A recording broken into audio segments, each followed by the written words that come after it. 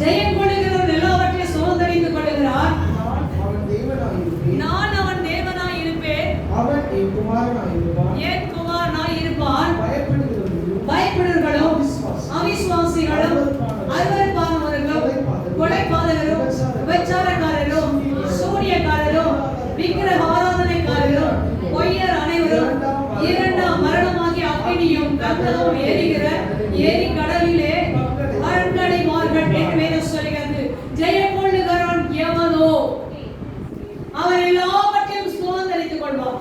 அல்லேலூயா. எதெல்லாம் சுதந்தரித்துக் கொள்ள போகிறான்? ஜெயம் கொள்றதுனா என்ன? எதெல்லாம் நாம் ஜெயம் கொள்ள வேண்டும்?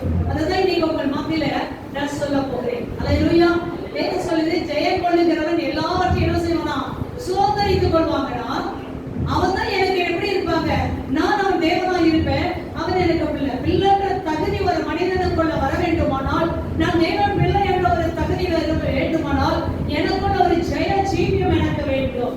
எனக்குள்ள ஒரு ஜெய ஜீவியம் என்ன செய்ய வேண்டும்? எப்படி அவன் ஜெயம் கொள்ளுகிறவனாய் இருக்க முடியும்? எதில் இருந்தாலும் ஜெயம் கொள்ள வேண்டும். அவன் ஜெயிக்கும் பொழுது கர்த்தர் என்னென்ன ஆசீர்வாதத்தை 7 விதமான ஆசீர்வாதங்களை கர்த்தர் தருகிறார். இந்த ஆசீர்வாதங்களை பெறுகிறவனுக்கு அவனுக்கு தான் தேவனாய் இருப்பார். அவன் தான் ஆண்டவருக்கு குமாரனாய் குமாரத்திகளாய் மாற முடியும். மற்ற எல்லாருமே பயப்படுறவர்கள், அவிசுவாசிகள், அருவருப்பானவர்கள், கர்த்தரை தேடாதவர்கள், கொலைபாதகர், விபச்சாரக்காரர், வேசிக்காரர், பொய்யர் அனைவரும் இரண்டாம் மரணமாகிய அக்கினியும் கந்தகமும் எரிகிற எரி கடலிலே அவர்கள் பங்கடைவார்கள். இந்த சரீர மரணம் அல்ல, இதுக்கு பின்னாடி இரண்டாம் மரணம் இருக்கிறது. அந்த மரணம் எழுது எரி கடல் நமக்கு வைத்திருக்கிறார். அந்த எரி கடலுக்கு யாரெல்லாம் போவாங்க என்பதை நான் என்ன செய்யறேன் உங்களுக்கு இப்ப சொல்லி தரல. ஜெயம் கொள்ளுகிறவர்கள் மாத்திரம் அவனுக்கு என்ன வைத்திருந்த ஆசீர்வாதங்களை மாத்திரம் உங்களுக்கு சொல்லி தர போகிறேன். வாசிக்கலாமா? வெளிப்படுத்துற விசேஷம் 2ஆம் அதிகாரத்தை எடுத்துக் கொள்வோம். வெளிப்படுத்துற விசேஷம் 2ஆம் அதிகாரம் 5வது வசனத்தை வாசிக்கலாமா? ஆகையால் நீ என்ன நிலைமையிலிருந்து விழுந்தாய் என்பதை நினைத்து மனம் திரும்பி ஆதியிலே செய்த கிரியைகளை செய்வாயாக. இல்லாவிட்டால் நாம் சீக்கிரமாக உன்னிடத்தில் வந்து நீ மனம் திரும்பாத பட்சத்தில் உனக்கு விளக்கு தட்டை அதிலிட்டு நீக்கி விடுவேன். ஆண்டவருடைய வேதம் சொல்லுகிறது, ஆதியிலே கொண்ட அன்பை விட்டாய் என்று உன் பேரில் எனக்கு ஒரு குறைவு இருக்கிறது என்று சொல்லி கர்த்தர் என்ன செய்றாரு? எபேசு சபையை பார்த்து சொல்லுகிறாரு. ஆதியிலே கொண்ட அன்பு என்றால் என்ன? அன்னைக்கு கர்த்தரை தேடினது விதமே வேற, ஜெபித்த விதமே வேற, வேதத்தை வாசித்த விதமே வேற, கர்த்தருக்காக ஊழியம் செய்த விதங்கள் வேற. அல்லேலூயா.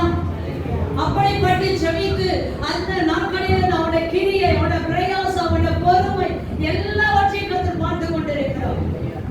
முன்னாடி ஒரு வாழ்க்கையில் என்னெல்லாம் இருந்தது அப்படின்னு எபேசு சபையை குறித்த 2ஆம் வசனத்தில் சொல்லப்படுகிறது. அவ்வளோ காரியங்கள் இருந்த அவருடைய வாழ்க்கையில இன்னைக்கு என்ன செய்றாங்க? அந்த ஆதி அன்பை குறைத்து கொண்டார்கள், இழந்து விட்டார்கள். அல்லது தன்னை குறைத்து எழுதுகிற காணப்படுகிறார்கள்.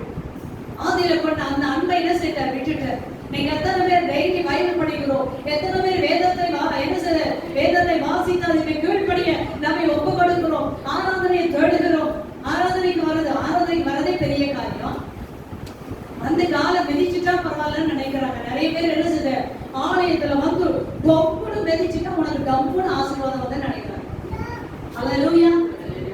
கர்த்தரை தேடுறதுக்கு ஒரு காரியங்கள் உண்டு. அல்லேலூயா. கால் மிதிச்சுட்டு போயிட்டாலும் உன் பின்னாடி ஆசீர்வாதம் எல்லாம் வரவே வராது. உங்களை நீங்க ஏமாத்தி கொள்ளாதீங்க. அல்லேலூயா. வெளியேந்து வரவங்க பரவாயில்ல, புதிய வரவங்க பரவாயில்ல. ஆனா சபை ஆராதனை எத்தனை மணிக்கு?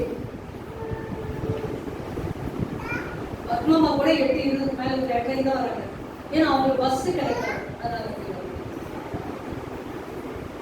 ஜெயக்குள்ளங்க பஸ் கிடைச்சா அவங்க ஷேர் ஆட்டோ பிடிச்சு வரவங்களா கஷ்டப்பட்டு பக்கத்துல வண்டி இருக்குது. கடவுள் உனக்கு திருப்பி கொடுத்திருக்காரு, நல்ல கைவாடை கொடுத்திருக்காரு, நல்ல பலனை கொடுத்திருக்காரு. நம்ம கர்த்தர் ஆராதிக்க எத்தனை மணி நேரம் நம்ம கர்த்தருக்கு கொடுக்கிறோம்?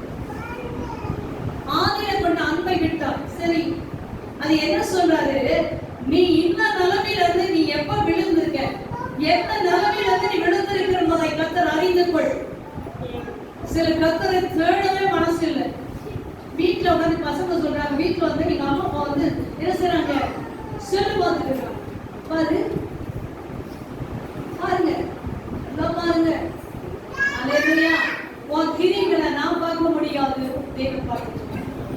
நீ கர்த்தருடைய நாளை மனமகிழ்ச்சிய நாள் என்று நீ எண்ணாதபடி, அதை மகிமையுள்ள நாள் என்று எண்ணாதபடி, ஆராதனை பரிசுத்த அலங்காரத்தோடு நான் கர்த்தரை தொழுது கொள்ள வேண்டும் என்று நினையாது இருக்கும் பொழுது கர்த்தர் சொல்றார், எப்பா நீ ஆதியில கொண்ட என்ன நிலைமையில இருந்து விழுந்தாய் என்பதை நீ அறிந்து கொள், அறிந்து மனம் திரும்பு என்று கர்த்தர் சொல்லுகிறார்.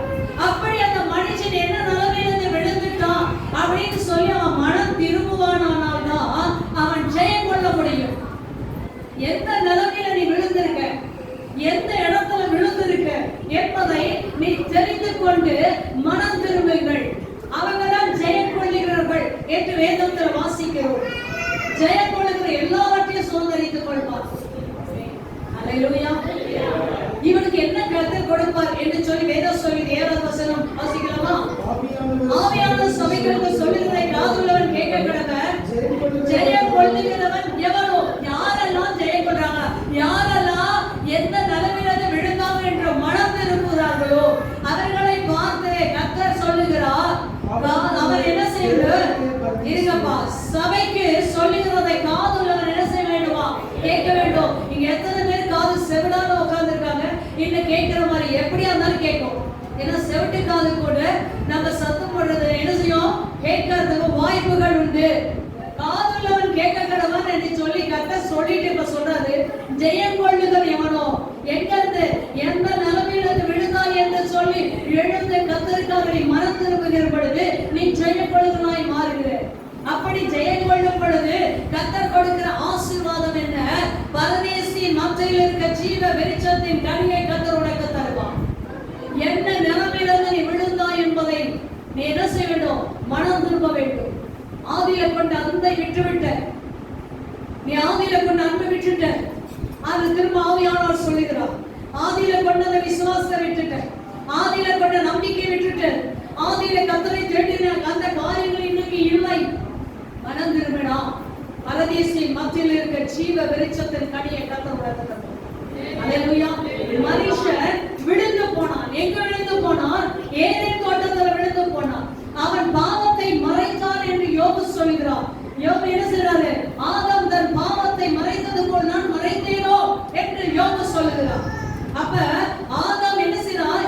எந்த நிலைமையில விழுந்தான் என்று சொல்லி அவனுக்கு மனம் திரும்புவதற்கு முடியவில்லை, தன் பாவத்தை அறிக்கையிட முடியவில்லை, தன் பாவத்தில் இருந்து ஆண்டவரே என்னை மன்னித்து என்னை விடுதலையாக்குங்கள் என்று சொல்லி மனதில்லாதபடியினால் தன் பாவத்தை மறைத்தான் என்பதை யோபு சொல்லுகிறார். அல்லேலூயா. இன்னைக்கு எத்தனை பேர் எந்த நிலைமையில நாம் விடுகிறோம்? நமக்கு என்ன செய்து அதுல இருந்து நீ மனம் திரும்பினா அந்த மனுஷன் ஜீவ வெளிச்சத்தின் கனி இழந்து போனால் அதுக்கு பதிலாக எந்த தன்னை நிலைமையில விழுந்தான் என்று மனம் திரும்புகிறானோ அவனுக்கு தான் பரதேசின் மத்தியில் இருக்கிற ஜீவ வெளிச்சத்தின் கனியை தருவார். அந்த ஜீவ வெளிச்சத்தின் கனி அவன் புசிக்கிற நாளிலே அவன் நித்திய நித்தியமாய் வாழ முடியும். அல்லேலூயா. சபைக்கெல்லாம் சும்மா வராதீங்க. என்னோட ஆண்டவர் பேசணும், என்னை அடிங்க, என்னை உதைங்க, என்னை சரிப்படுத்துங்கன்னு சொல்லி அந்த எண்ணத்தோட வர்றவங்க வருங்க. எங்க அப்பா திட்டுவாருன்ற வர்றவங்க வராதீங்க. வீட்டிலே இருந்து இல்ல நானும் போய் அட்டன்ஸ் போடணுன்ற வராதீங்க.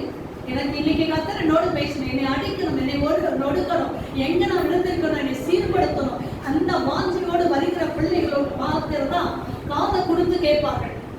மற்றவங்க என்ன செய்வாங்க? வேடிக்கை பார்ப்பாங்க. கர்த்தர் இங்கே உலாவி கொண்டிருக்கிறார். அறந்துட்டார். கர்த்தர் இந்த இடத்தில் உலாவி கொண்டிருக்கிறார். கர்த்தர் பேசிக் கொண்டிருக்கிறார். கர்த்தர் இடைப்பட்டு கொண்டிருக்கிறார்.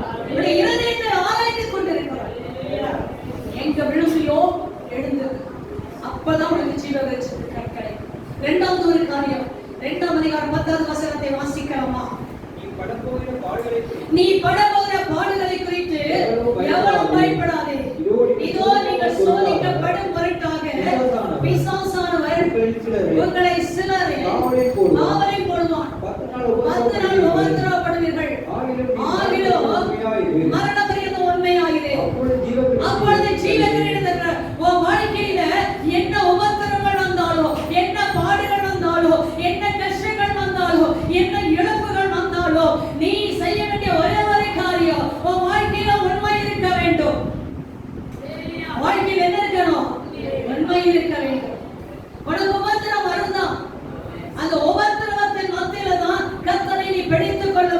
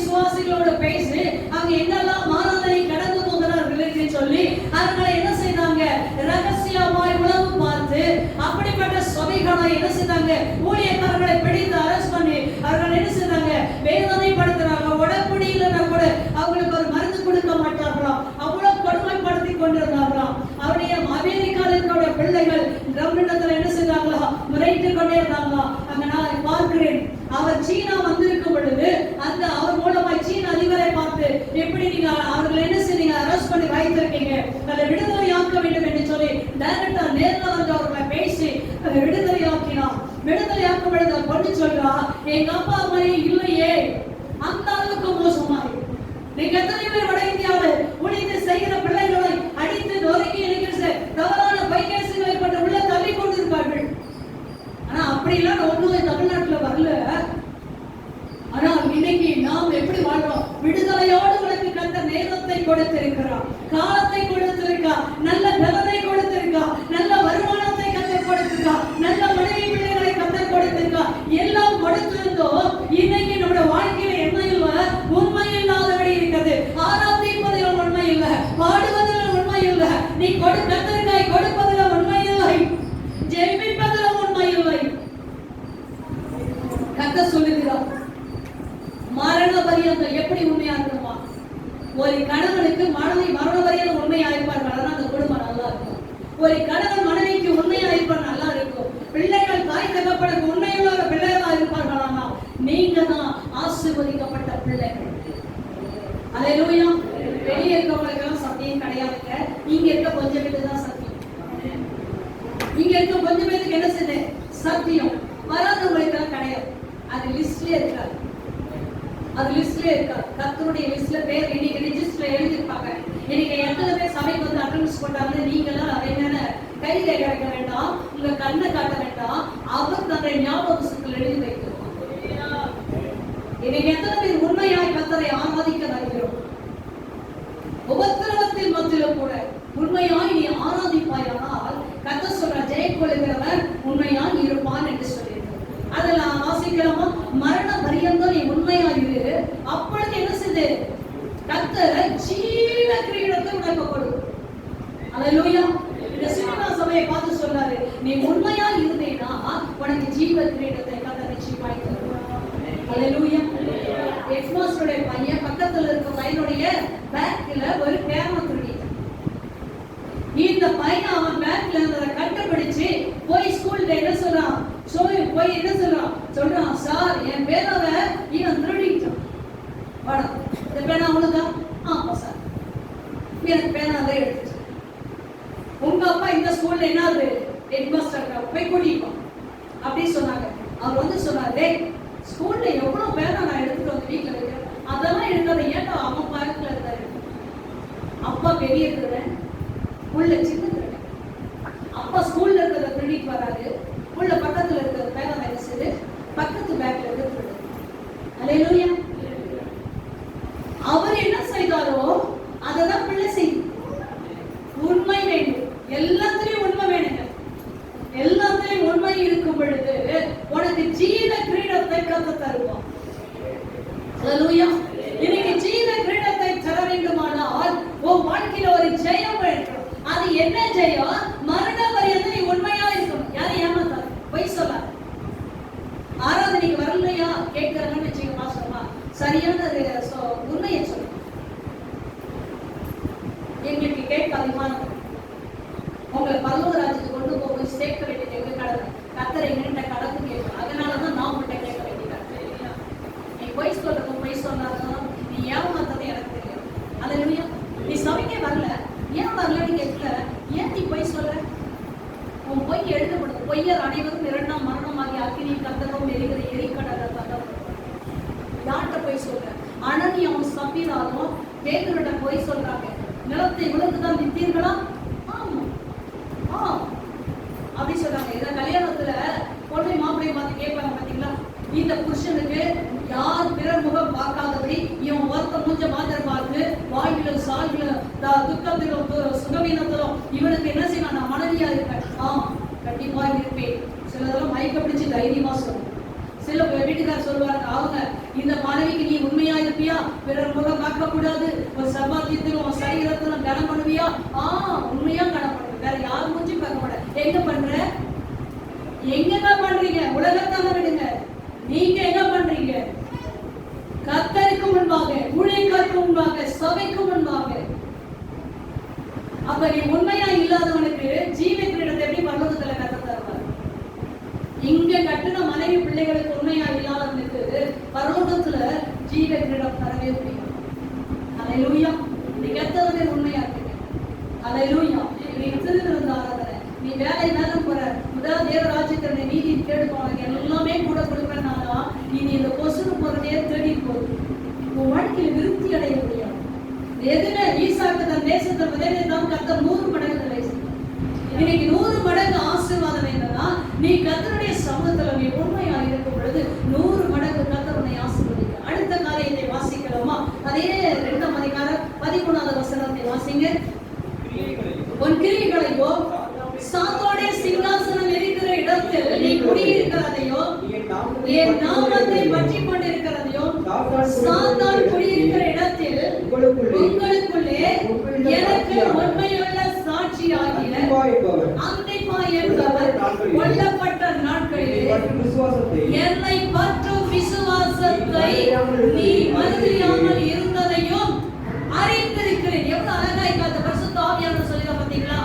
உன் கிரியைகளையோ நீ சாத்தானுடைய சிங்காசனம் இருக்கிற இடத்துல குடியிருந்ததையோ நீ அந்த இடத்துல குடியிருக்கும் பொழுது நீ என் நாமத்தை என்ன செய்ய மறுதலிக்கிற. நீ குடியிருக்கிற இடம்தான் உலகத்துக்குள்ளதான் நீ குடியிருக்கணும். பிசாசின் மக்கள் மத்தியில தான் நீ குடியிருக்கணும். சாத்தானுடைய சிங்காசனம் இருக்கிற இடத்துல கூட குடியிருந்தா கூட நீ எப்படிதான் இருக்க வேண்டுமா? தண்ணிக்குள்ள தாமரை இருந்தாலும் தண்ணி ஒரு நாள் அதுல ஒட்டவே ஒட்டாது. அப்படிதான் முடிவாங்க. அல்லேலூயா. அழகா சொல்றாரு, சாத்தான் குடியிருக்கிற இடத்திலே உங்களுக்குள்ளே எனக்கு யாருங்க உண்மையுள்ள ஒரு சாட்சியான அந்திப்பா என்பவன் இருக்கிறான். அல்லேலூயா. அந்த அந்திப்பா நாட்களிலே என்ன செய்த என்னை பற்ற விசுவாசத்தை நெசல மறுதலிக்கிறது இருந்ததை நான் அறிஞ்சிருக்கேன்னு சொல்றேன். எந்த சூழ்நிலை எங்க இருந்தாலும் உன் வாழ்க்கையில ஒரு பரிசுத்தத்தோடு ஒரு ஜெயமுள்ள ஒரு வாழ்க்கை வாழ வேண்டும். ஒரு ஜெயமுள்ள வாழ்க்கை வாழ வேண்டும். நீ எங்க இருக்கிறன்னு பிரச்சனை இல்லை. சாத்தானுடைய சிங்காசனமே இருக்கட்டுமே, அந்த இடத்துல இருந்தா கூட அங்க ஒரு மனுஷனை குறித்து வேதம் சொல்லுது, அந்திப்பா என்ற ஒரு மனுஷன். அவனோடு சேர்ந்த ஒரு கூட்டமோ உண்மையாக விசுவாசத்தை பற்றி கொண்டு மறுதலியாமல் கர்த்தருக்காய் வாழ்ந்தார்கள். அல்லேலூயா. எத்தனை பேர் என்னை கவனிக்கிறீங்க? நிறைய பேர் என்னை கவனிக்கவே இல்லை. நீ பைபிள் படிக்கிறியா, என்னை பார்க்கிறியா, வசனத்தை கேட்கிறியா, நான் உன் மூஞ்சதான் பார்க்கிறேன். இந்த கண்ணாடி எனக்கு சரியா தெரியலனாலும் ஒன்றும் பிரச்சனை இல்லை. உங்க மூஞ்ச எனக்கு பசுத்தாங்க காட்டிட்டு தான் இருக்காரு. இதை படிக்கொண்டு முதலுக்காகவே கிடையாது. ஆனாலும் நான் பார்த்து தான் இருக்கேன். புரியுதுங்களா? நீ ஏன் வந்த மாதிரி உட்காராதீங்க. தயவு செய்து ஏன் வந்துட்டோம் சபைக்கு வராதே வந்திருக்கலாம். பரவாயில்ல, பிரச்சனை இல்லை. ஏன் நீ தான் இழந்து போகிற, எதை இழந்து போகிற? கர்த்தர் உனக்கு வைத்திருக்க ஆசீர்வாதத்தை. அல்லேலூயா. நிறைய பேருக்கு தெரியல. நம்ம போயிட்டு ஒரு 10-20 ரூபா காணியை கொண்டு வந்து நம்ம சாப்பிடுவாங்கன்னு நினைச்சிட்டு இருக்கியா?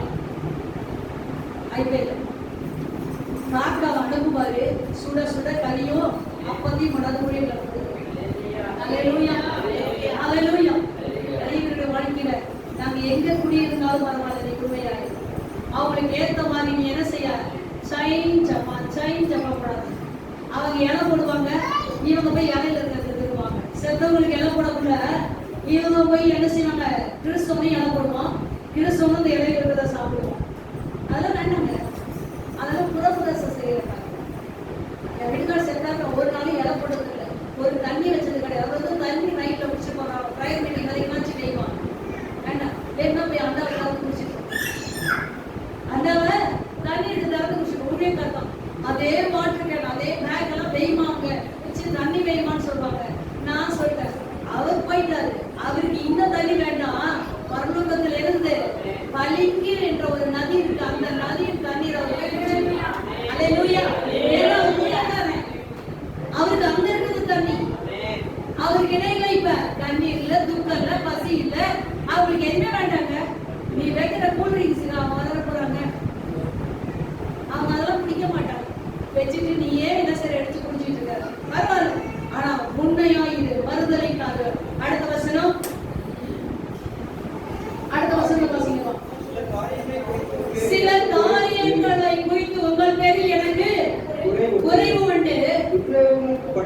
விக்கிரகங்களுக்கு படைத்தவைகளை புசிப்பதற்கும் வேசித்தனம் பண்ணுவதற்கு ஏதுவான இடரலை இஸ்ரவேல் புத்திரர் முன்பாக போடும்படி பாலாக் என்பவனுக்கு போதனை செய்த பிலேயாமுடைய போதனை கைக்கொள்ளுங்கள். பாத்தீங்களா, நான் உங்களுக்கு சொல்லிட்டே இருக்கேன். கீழே இருக்க வசனம் தெளிவா உங்களுக்கு சொல்லுது. நான் சுயமா சொல்லல, கர்த்தருடைய வேதம் சொல்கிறது.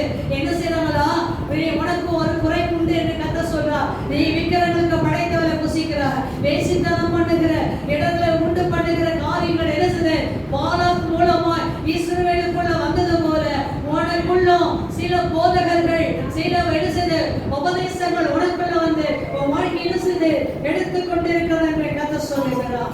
அல்லேலூயா. சொல்லு 16 வசனம், நீ மனம் திரும்பு, இல்லாவிட்டால் நான் சீக்கிரமாய் வந்து ஒரு என்ன செய்வேன், என் வாயின் பட்டயத்தாலே அவர்கள் என்ன செய்வேன், அவரோட யுத்தம் பண்ணுவான். ஆளுடைய வாயின் பட்டயத்தோட யுத்தம் பண்ணுவான். சொல்லி சொல்லி பார்ப்பாரு, மூலியக்கார மூலமா சொல்லி பார்ப்பாரு. கடைசியா ஒரு நாள் வரும், நீ மனம் திரும்பினா அவருடைய வாயின் பட்டயத்தை எடுத்துட்டு வந்து அவர் என்ன செய்வாரா, யுத்தம் பண்ணுவான். இப்பதான் 17வது வசனம் சொல்றாங்க, இதுல இருந்தெல்லாம் நீ மனம் திரும்பி வந்துட்டீனா கர்த்தர் சொல்றாரு, சபை ஆவியான சபைகளுக்கு சொல்லுகிறதை காதுள்ளவன் கேட்க கடவர். மறைவான மன்னாவை புசிக்க கொடுத்து அவனுக்கு வெண்மையான குறிக்கல்லையும் அந்த கல்லின் மேல் எழுதப்பட்ட அதை பெறுகிறது அன்றி வேறொருவனும் அறியாதிருக்கிற ஒரு நாமத்தை அவனுக்கு தருவார். இந்த யார் உண்மையாக இருக்கிறார்களோ, சாத்தான் குடிக்கிற இடமாக இருந்தாலும் அந்த இடத்துல கர்த்தருக்கு உண்மையாக இருக்கிறார்களோ, விக்கிரங்களுக்கு படைத்தவைகளை புசியாது இருக்கிறார்களோ, அவர்களை எல்லாரையும் கர்த்தர் பார்த்து சொல்றார். அன்னைக்கு போன வாரமே சொல்லிட்டேன், ஒரு ஸ்திரியை இச்சையோடு பார்க்கிறவன் தன் இருதயத்தில் அவரோடு என்ன செய்யலாம், விபச்சாரம் பண்ணியாச்சு. இப்படிப்பட்ட நல்லா என்ன செய்யணும், மாற்றி கொள்ள வேண்டும். ஆண்டவர் ஆவியான சொல்ல, இதெல்லாம் நீ ஜெயம் எடுத்து வந்தீனா உனக்கு மறைவான மன்னாவை தருவாரு, வெண் வஸ்திரத்தை கர்த்தர் தருவாரு, வேறு ஒருவரும் அறியக்கூடாத ஒரு புதிய நாமத்தை கர்த்தர் உனக்கு தருவார். அல்லேலூயா. யாருங்க ஜெயம் கொள்ளணும்? அல்லேலூயா. எதுல ஜெயம் கொள்ளணும்? நீ எந்த இடத்துல இருக்கியோ அந்த இடத்துல கடவுளுக்கு என்ன செய்ய, சாட்சியா இருக்கணும். அந்த இடத்துல இருக்கிறதான ஜனங்கள் மத்தியில உன்னை வேறு பிரித்து கொண்டு இருக்க வேண்டும். அல்லேலூயா. லோத்துன்னு ஒரு மனுஷன் இருந்தாரு. ஆனா அவர் எங்க இருந்தார், குடியிருந்த இடம் சோதோம் குமார பட்டணம். அந்த பட்டணத்தை கர்த்தர் அக்கினியினால் அழிக்க வேண்டும் என்று சொல்லி நினைத்தார். ஆனால் அவனை மாத்திரம் கர்த்தருடைய ஆவியானவர் சொல்லுகிறார், அவன் நீதிமான். இதுதான் அவ்வளவு பெரிய பட்டணம் அக்கினியினால் அழிக்கப்படுறாரு. அங்க ஒரே ஒரு மனுஷனை பார்க்கிறார், அவன் நீதிமான். அவனுக்காக கர்த்தர் 2 தூதரை அனுப்புகிறார், அந்த அக்கினியிலிருந்து அவனை தப்ப வைக்க வேண்டும் என்று. கர்த்தர் அப்படியாகவே அவனை கர்த்தர் தப்ப வைத்தார். இன்னைக்கு எவ்வளவு பேர் மத்தியிலும் நீங்களும் நானும் உண்மை உள்ளவர்களா, நம்முடைய கிரியில கர்த்தருக்கு ஜெயம் எடுக்கிறவர்களா, எல்லா சூழ்நிலை மத்தியிலும் இருப்போமானால் நமக்கு மறைவான மன்னாவை தருவது மாத்திரமல்ல, நமக்கு புதிய நாமத்தை கற்றுத்தருவார். அல்லேலூயா. நிறைய கிறிஸ்தவர்கள் என்ன செய்றாங்க, பொட்டு வைக்கணும்னு ஆசைப்படுறாங்க. அல்லேலூயா. நீ பொட்டு வச்சினா புதிய நாமத்தை எங்க போய் எழுதுவார்? புதிய நாம எழுதுற மாதிரி தலையில என்ன செய்ய இடம் கொடுத்து, அப்பதான் உன் நெற்றியில புதிய நாமத்தை கர்த்தர் எழுதுவார். பொட்டு வச்சினா இது நம்ம ஆதியிலிருந்து வீட்டுக்கு போயிடுவார். ஏன்னா இஸ்ரவேல் வீடுகளில ரத்தம் பூசப்பட்டது, ஆட்டுக்குடி ரத்தம் பூசப்பட்டது, சங்கார தூதர் விளங்குவார். நீங்க எல்லா வீடுகளிலுமே இருக்குது, அது இஸ்ரவேல் யூதர்களுடைய வீடாக இருந்தாலும் ரத்தம் எந்த வீட்டுல பூசப்படலையோ அந்த வீட்டுக்குள்ள இருந்தது சாவு விழுந்தது, கலச்சல் பிரதேசம். அல்லேலூயா. இன்னைக்கு நம்முடைய வாழ்க்கையில எப்படிப்பட்ட வாழ்க்கை கொஞ்சம் யோசித்து பார்க்க வேண்டியது அவசியமா இருக்கு. அடுத்ததை வேதத்துல வாசிக்கலாம். 3ஆம் அதிகாரத்துக்கு நேராக தெரிந்து கொள்வோம். 2வது வசனம் 3வது வசனத்தை வாசிக்கலாமா? நீ விழித்துக் கொண்டு சாகிறதுக்கு ஏதுவாய் இருக்கிறவர்களை ஸ்திரப்படுத்து, தேவனுக்கு முன்பாக நிறைவுள்ளதாக நாடுகளை ஆற்று சொல்றாரு. இன்னைக்கு நம்ம பார்த்து எல்லாரும் சேர்ந்து வாசிக்கலாமா? எல்லாரும் சேர்ந்து வாசிக்கலாமா? நீ விழித்துக் கொண்டு சாகிறதுக்கு ஏதுவாய் இருக்கிறவர்களை ஸ்திரப்படுத்து, உன் கிரியைகளை தேவனுக்கு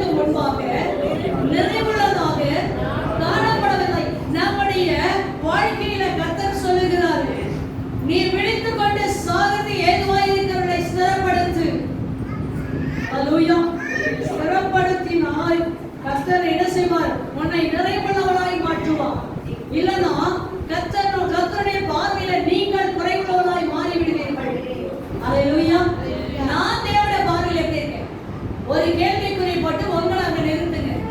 நான் கர்த்தருக்கு முன்பாக நிறைவுள்ளவளாய் இருக்கிறேனா அல்லது குறைவுள்ளவளாய் இருக்கிறேன்? இதுவரைக்கும் நான் இருக்கலாம், பிரச்சனை இல்லை. ஆனா இன்னைக்கு வசனத்தை கேட்ட பின்னாடி நான் ஒரு கேள்விக்குறியை போட்டு இதுக்கு ஆன்சர் எழுதியே தர வேண்டும். அல்லேலூயா. இது எழுதுனா நிச்சயமா நம்ம பாஸ் பண்ண முடியும். அல்லேலூயா. மேல இருக்க எழுதுன அதே கொஸ்டினை கீழே எழுதி நீயும் வச்சுட்டீங்கன்னா நிச்சயமா அதுக்கு என்னதான் உண்டு? தப்பு தான் போடுவாங்க, ஃபெயில் ஆயிடும். அதுக்கு பதிலா அந்த கேள்விக்குறிக்கு ஆன்சர் கீழே எழுதுனீங்கன்னா நிச்சயமாய் கத்த சொல்லுவாங்க, என் பிள்ளை ஜெயமெடுத்த பிள்ளைன்னு சொல்லுவாங்க. என் பிள்ளை ஜெயமெடுத்துருச்சு இதுல அப்படி சொல்லுவாங்க. அடுத்த வசனம், ஆகையால் நீ கேட்டு பெற்றுக்கொண்ட வகையை நினைத்து அதை கை கொண்டு மனதிரும்பு. நீ விழித்திராவிட்டால் திருடனை போல் உன்னை வருவேன், நான் உன்மேல் வரும் வேலையை நீ அறிய மாட்டேன். ஆங்க தெளிவாய் சொல்றாரு, கர்த்தர் வருகிற வேலையை யாரும் அறிய முடியாது. பூமியில நடக்கிற எல்லா சம்பவங்கள் மாத்திர நீங்கள் வேதத்தை ஒப்பிட்டு படித்து பார்த்தீர்களானால் வேத வசனம் உங்களுக்கு தெளிவாய் தெரியும். பூமியில கர்த்தர் என்னெல்லாம் நடக்கும் என்று சொன்னாரோ அத்தனை காரியங்களும் நடந்து கொண்டே இருக்கிறது. நாம் என்ன செய்ய வேண்டும்? விழிக்க வேண்டும். தெசலோனிக்கேயர்ல எழுதும் பொழுது சொல்றாரு, நீ விழி, என்ன செய்ய? தெளிந்த புத்தி உள்ளவனாய் இருந்து என்ன செய்யுமா? விழு. ராத்திரில தூங்குறவர்கள நீ என்ன செய்யக்கூடாது? தூங்கி இருக்காதம்மா அப்படி சொல்ற. வாசிக்கலாமா? 1 தெசலோனிக்கேயர் 4ஆம் அதிகாரத்தை எடுத்துக்கொள்ளுங்க.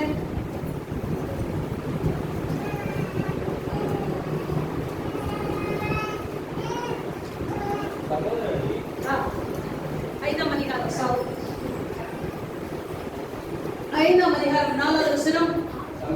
சகோதரரே, அந்த நாள் திருடனை போல பிடித்துக் கொள்ளத்தக்கதாக நீங்கள் அந்த ஆதிக்கத்தில் இருக்கிற அல்லவே.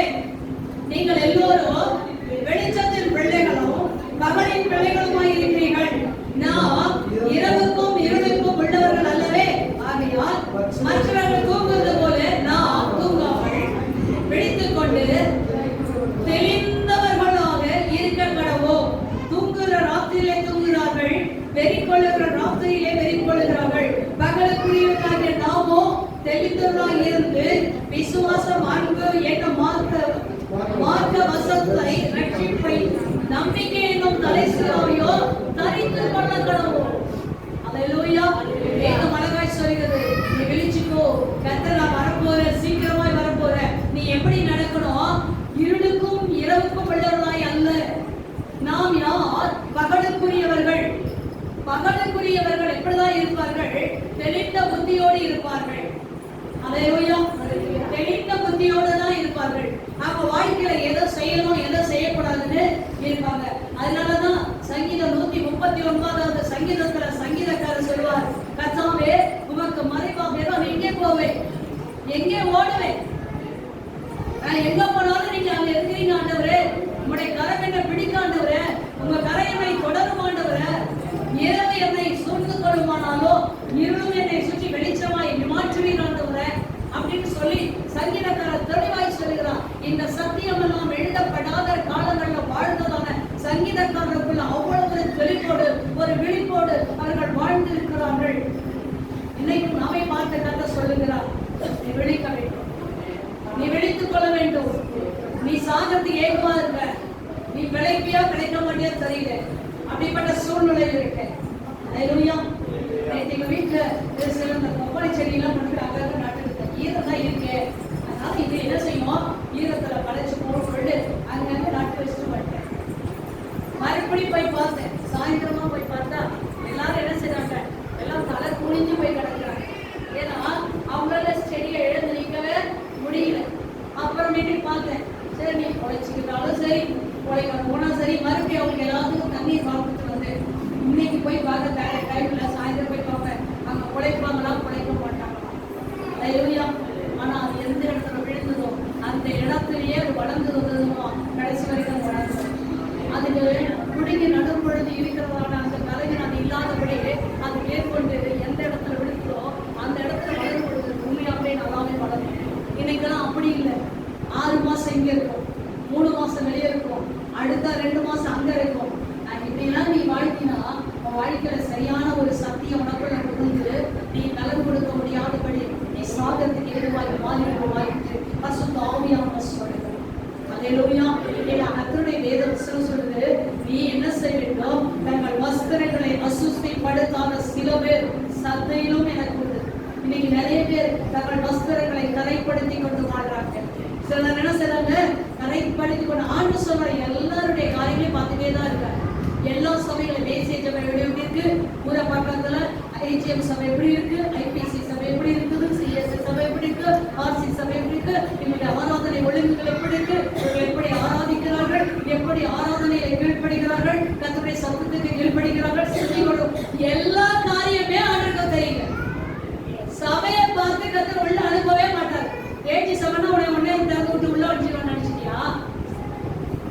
ஏஜி சபைனா அவ்வளோ பெருசா? ஏசிய சபை அதுக்கு மேல பெருசா? சிபிஎம் சபை பெருசா? நாங்க தான் சியோன்னு சொல்லுவாங்க. ஒரு நாள் போக முடியாதுடா.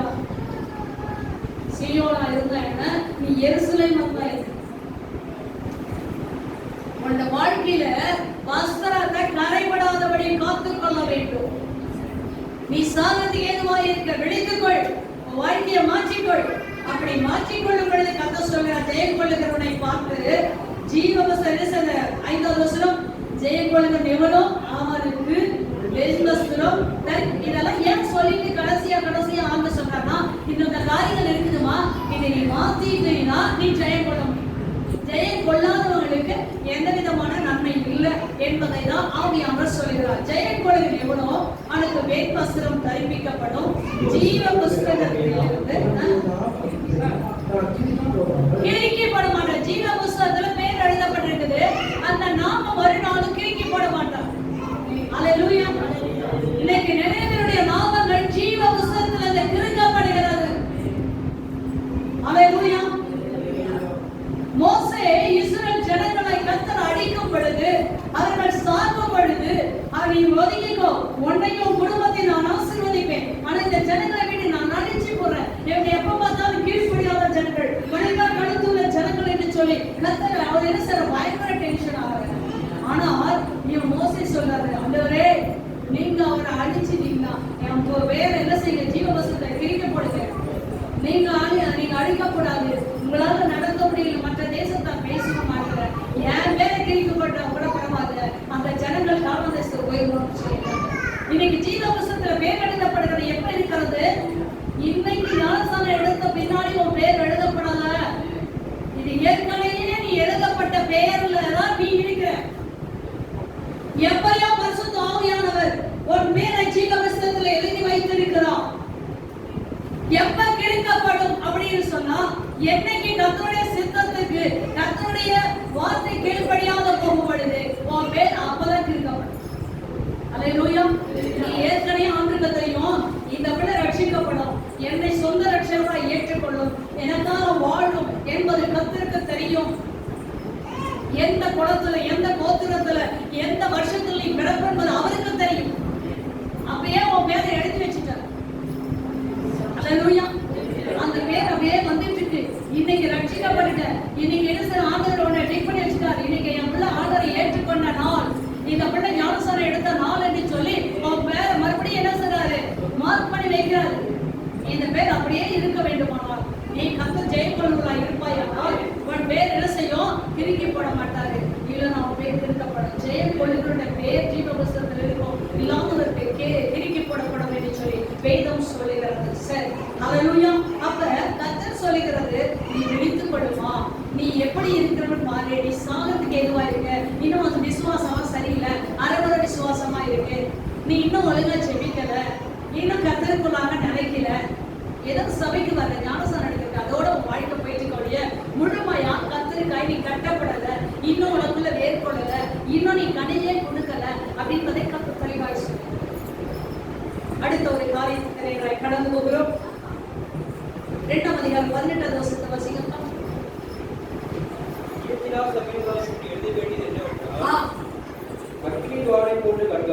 அக்கினி ஜுவாலை போன்ற கண்களையோ பிரகாசமான வெண்கல பாதங்கள்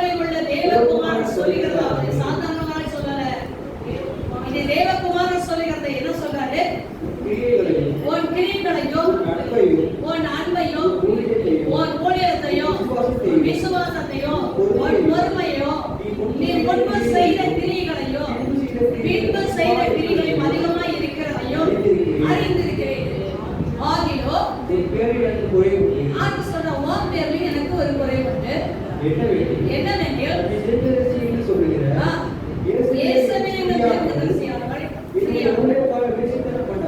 வேசித்தனம் பண்ணவும் மேய்ப்பர்களுக்கு படைத்தவர்களை புசிக்கவும் அவர்களுக்கு போதித்து அவர்களை வஞ்சிக்கும்படி நீ அவனுக்கு இடம் கொடுத்த. நிறைய பேர் சொல்றதை கேட்டு என்ன செய்யற? இயேசபேலை போல இருக்க தீர்க்கதரிசிகளை செவி கொடுத்து நீ போய் செய்து விட்டு இருக்கிற அப்படின்றதை கதை சொல்றாரு. இப்ப சொல்றாரு, அவள் மனம் திரும்பாதபடியால் அவளுக்கு தவணை கொடுத்து தன் வேசி மார்க்கத்தை விட்டு மனம் திரும்ப. அவளுக்கு என்ன இல்ல? நிறைய பேருக்கு தான் இருக்கிற அந்த ஸ்தானத்தை விட்டு வர்றதுக்கு மனசே இல்லை. அவங்க செய்யற தவறு ஆவியானவர் சொல்லும் பொழுது உங்களுக்கு தெரியும். ஒண்ணு வச்சு அடைச்சிக்கலாம், என் காசுக்குள்ள போகக்கூடாதுன்னு வச்சு அடைச்சிட்டு உட்கார்ந்து இருக்கலாம். அவங்கள பார்த்து வேலை சொல்லுது, விரியன் பாபு குட்டிகளே வரும் கோபத்தில் தப்பித்துக் கொள்ள வகைக்காட்டிருக்கிறாங்க. பஞ்சு வச்சு அடைச்சிட்டீங்கன்னா உங்க காதுக்குள்ள போகாதுன்னு நினைச்சிட்டியா அப்படின்னு ஆண்டு சொல்றாரு. ஆனால் கர்த்தர் சொல்றாரு, மனம் திரும்ப அவனுக்கு தவணை கொடுக்க. ஆனா அவன் என்ன செய்யல? தவணை ஏற்றுக்கொள்ளவே இல்லை. அதனால இதோ நான் அவனை என்ன செய்ய கட்டில் கடையாக்கி போடுறேன். ஏன்னா இந்த சபை ஒரு கேடுகட்ட சபை, இது ஒழுங்கில்லாத சபை என்பதை ஏற்கிற 7 சபைகள்ல ஒரே ஒரு சபை கேடுகட்ட சபை, ஒழுக்கங்கட்ட சபை, கீழ்ப்படியாத சபை என்பதை தெளிவாய் ஆவியானவர் சொல்லுகிறார். ஆனாலும் கூட கர்த்தர் அந்த சபைக்கு சொல்லுகிறார், அவருடைய பிள்ளைகளையும் என்ன செய்வேன்? நான் கொல்லவே கொள்வேன் சொல்றார். அல்லேலூயா. அவர்கள் என்ன சொன்னாலோ அவரோட வாழ்க்கையில் என்ன செய்ய மனம் திரும்புதல் ஒன்று இல்லை என்பதை கர்த்தர் தீவிரமாய் சொல்கிறாரு. அடுத்த வசனத்தை வாசிக்கப்பா. 24வது வசனம்.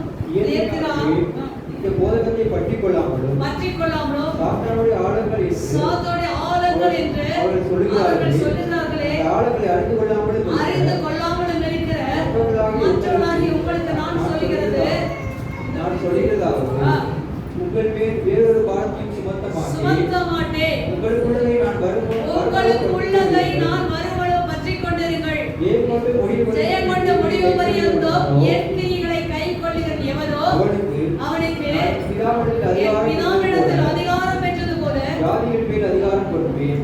யாரையுமே கர்த்தர் தள்ளுறதுக்கே இல்லைங்க.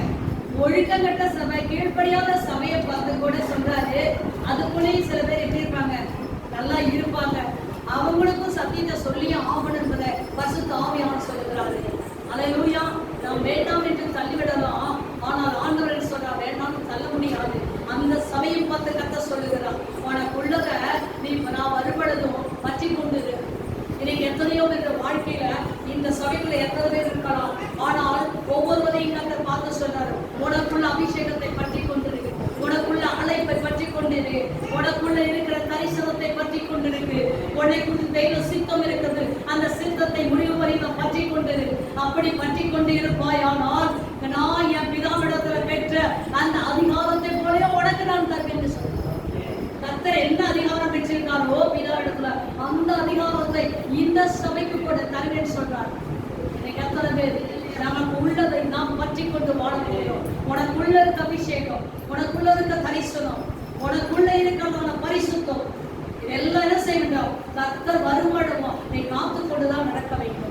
அப்படி நடக்கும் பொழுது கர்த்தர் சொல்கிறார், நாம் பிதாவிடத்தில் பெற்ற அந்த அதிகாரத்தை நாம் உனக்கு தருவேன் என்று சொல்கிறார். அல்லேலூயா. இன்னைக்கு நம்முடைய வாழ்க்கையில ஜெயம் எடுக்கிற ஒரு வாழ்க்கை நாம் வாழ வேண்டும். இந்த 2 சபை குறித்து மாத்திர வேளையிலே சொல்லி முடிக்க போகிறேன். 3ஆம் அதிகாரம் 11வது வசனத்தை வாசிக்கலாமா? 3ஆம் அதிகாரம் 11வது வசனம். சீக்கிரமாய் வருகிறேன், ஒரு பீடத்தை எடுத்து கொள்ளாத படிக்கு உனக்குள்ளதை பற்றி கொண்டிரு. ஜெயம் கொள்கிறவன் எவனோ அவன்தான் அவனதான் கர்த்தரோட தூணாக்குவான். அது நின்று ஒரு காலம் நீங்குவது இல்லை என்று கர்த்தர் சொல்லுகிறார். அல்லேலூயா. இதோ நான் சீக்கிரமா வருகிறேன். ஒருவனும் உன் பீடத்தை என்ன செய்யக்கூடாது? எடுத்துக் கொள்ளக்கூடாது.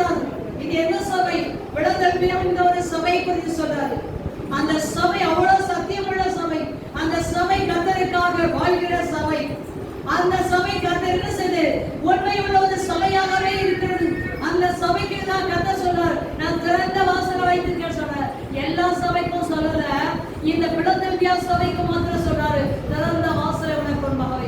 அதை ஒருவனு கொட்ட மாட்டான். இப்ப சும்மாவே நம்ம உட்கார்ந்துருக்கோம். ஆண்டவரே, ஏன் ஆண்டவரே திறந்த வாசலை வைத்திருக்கேன்னு சொன்னீங்களே, எங்களுக்கு திறந்த வாசலை வைமாட்டது. எத்தனை பேர் ஜெபிக்கிறோம்? எல்லாருமே ஜெபிக்கிறோமா? நீங்க திறந்தா யாராலே அடைக்க முடியாது. நீங்க அடைச்சீங்கன்னா யாராலே திறக்க முடியாது. ஆண்டவரே, பாலத்துல இருந்து பலகணிகளை திறந்து எங்களை இடமெல்லாம் மட்டும் ஆசீர்வதிங்க ஆண்டவரே. யாபேசை போல கேட்கிறோம். நிறைய பேருடைய வாழ்க்கையில திறந்த வாசல் வேண்டும் என்று சொல்லி நாம் விரும்பிக் கொண்டே இருக்கிறோம். ஆனால் நம்முடைய கிரியைகள் கர்த்தருக்கு முன்பாக எப்படிப்பட்டதாக இருக்கிறது? அல்லேலூயா. உன் கிரியைகளை அறிந்திருக்கிறேன். உனக்கு கொஞ்சம் பலன் இருந்து என் நாமத்தை என்ன செய்ற? நீ மறுதலிக்கிற.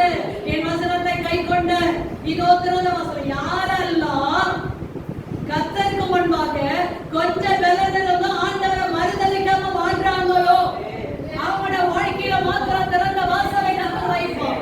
அந்த வாசலை யாரும் கூட்ட மாட்டான். எல்லாம் உனக்கு சரியா கிடைச்சிருச்சு. அதனால நீ என்ன செய்யற? கர்த்தரை சரியாய் தேடவில்லை. 3 வேளை உனக்கு சோதி கிடைக்குது. அம்மா அப்பா போட்டுற கேட்டா என்ன செய்ய? நீ ஏன் பெத்த? போடு. பெத்துட்டா சோதி பண்ணுமா? நீ அம்மாவே இருக்க தகுதி இல்லை, நீ அப்பாவா இருக்க தகுதியே இல்லை, நீ பாஸ்டா இருக்க தகுதி இல்லை. உனக்கு எல்லாம் தகுதி இருக்கா? உனக்கு இருக்கா? திருப்பி ஒரு கேள்வி திருப்பி கேளுங்க. நீ அம்மாவை பார்த்து கேட்கலையே, நீ பிள்ளையா இருக்க தகுதியா இருக்கா? பிள்ளைன்ற தகுதி இழந்துறாங்க. விசுவாசி என்ற தகுதி இழந்துறாங்க. உனக்கு கொஞ்சம் பலன் இருக்கு, கொஞ்சம் தான் அபிஷேகம் இருக்கு. ஆனா கர்த்தருடைய நாமத்தை என்ன செய்யல? மறுதலிக்கல. எதுக்காக மறுதலி? அல்லேலூயா. திரும்ப திரும்ப நான் சொல்றேன், நம்ம சாகர போறவங்களை வச்சுட்டு நம்ம போய் நைட் பிரேயர் நடத்திட்டு வந்தேன். யாருமே இல்லை, வீட்டை கூட்டிட்டு சபையில போய் நானும் என் புருஷனும் அமாவாசை பிரேயர் நடத்தி. ஆனா நான் வரேன், என் வீட்டுக்காரர் ஒத்துக்க மாட்டாரு. போய் அம்மா சாதமா இருக்கு எல்லாரும் ஏதாவது. அப்பதான் என்ன செஞ்சு போன் பண்ணி சொல்லியாச்சு. எல்லாரும் வந்துட்டாங்கன்னா என்ன துப்புவாங்க. என் கூட பிறந்தவங்க 10 பேர். ஆனால் அம்மா சொல்றேன், நீ போய் தான் ஆகணும்னு சொல்றாரு. உடனே வீட்டை லாக் பண்ணிட்டு எங்க அம்மா மேல கை வச்சு